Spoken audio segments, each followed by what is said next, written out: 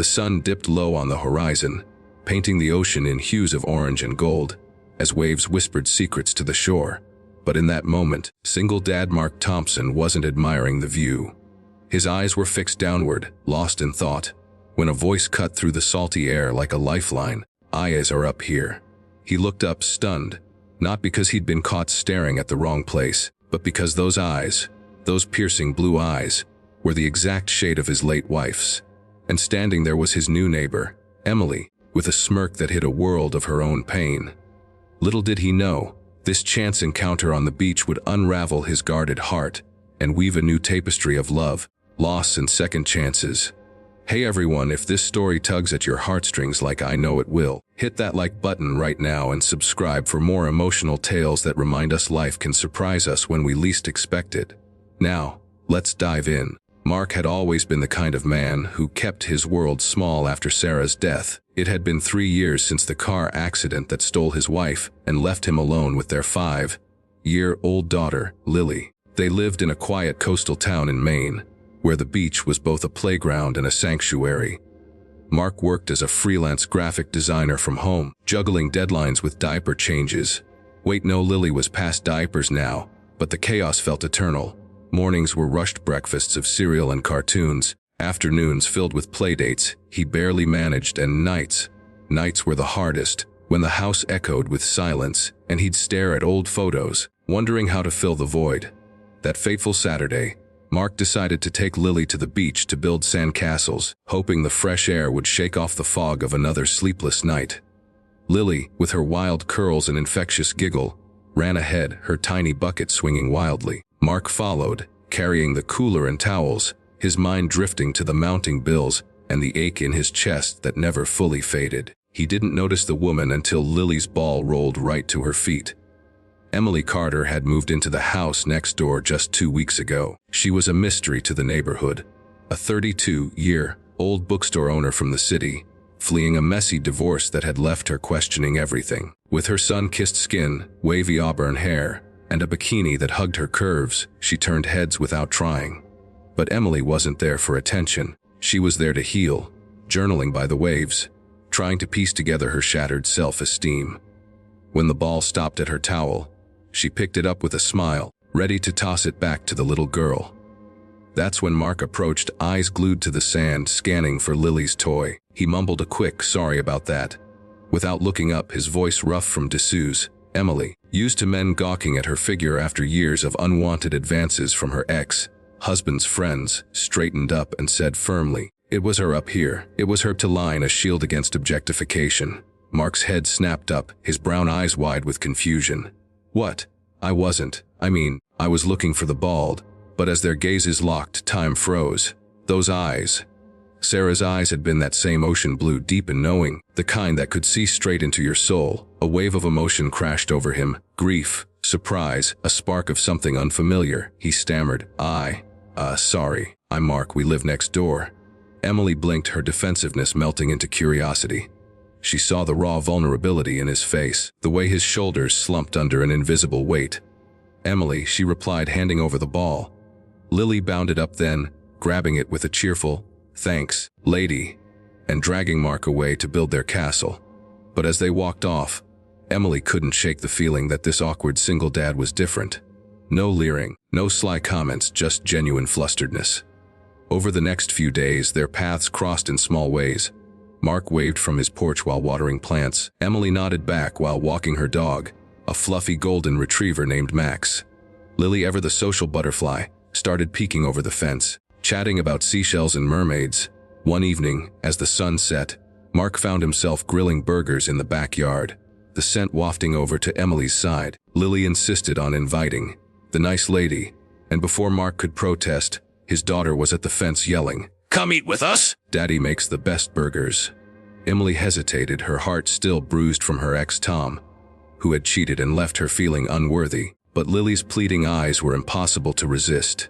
She crossed the yard, plate in hand, and joined them at the picnic table. Conversation flowed awkwardly at first, small talk about the weather, the town.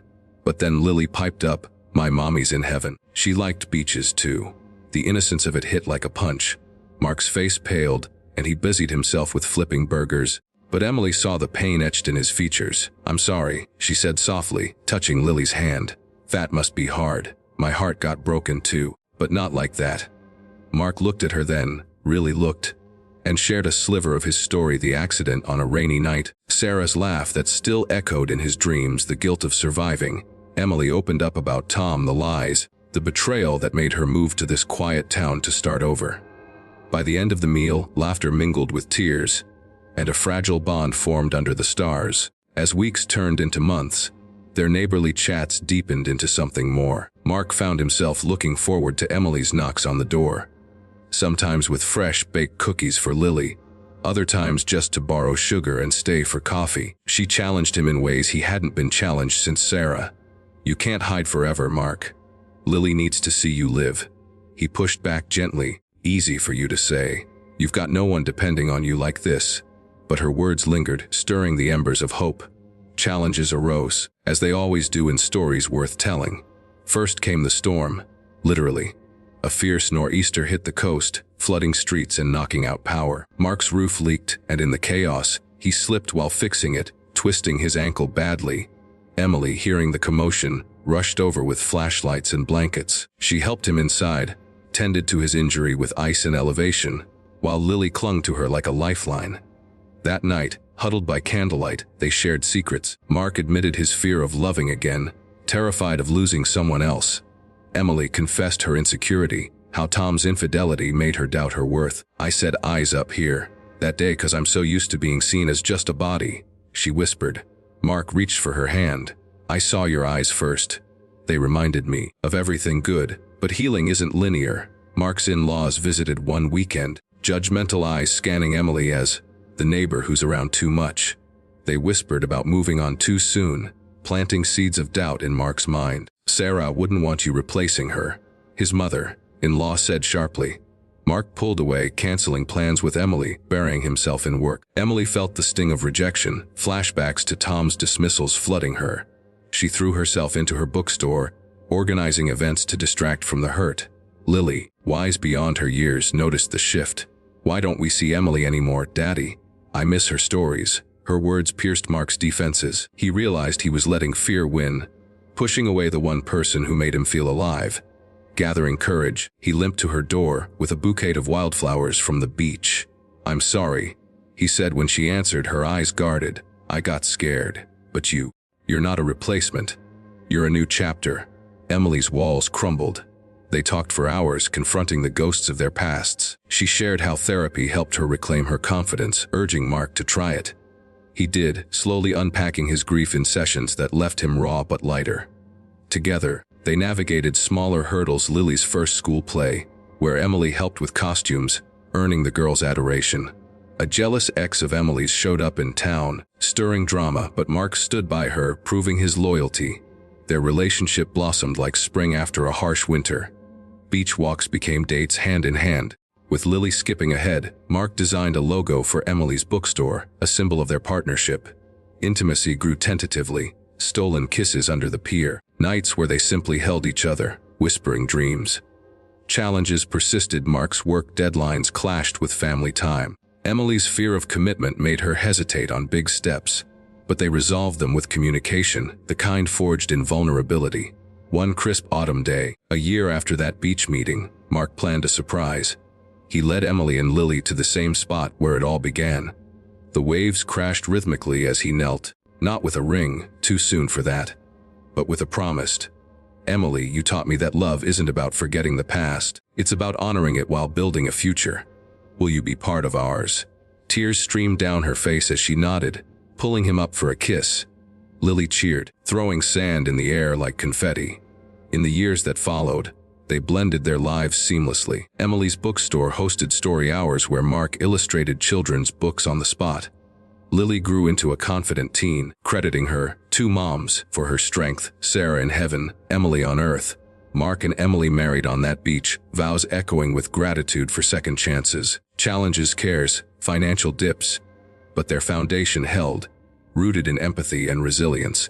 And so, as the sun sets on their story, remember this: life's storms may shatter us, but they also wash away the old, making room for the new. If you've ever felt broken, know that love can find you in the most unexpected places, like a voice on the beach reminding you to look up. It's never too late to heal, to connect, to start again. That's the magic of the human heart. It mends, it grows, it loves fiercely. If this tale moved you, smash that like button. It helps spread these inspiring stories far and wide. And don't forget to subscribe and turn on notifications so you never miss another one. What's your take on second chances? Drop a comment below. I read them all. Until next time, keep looking up.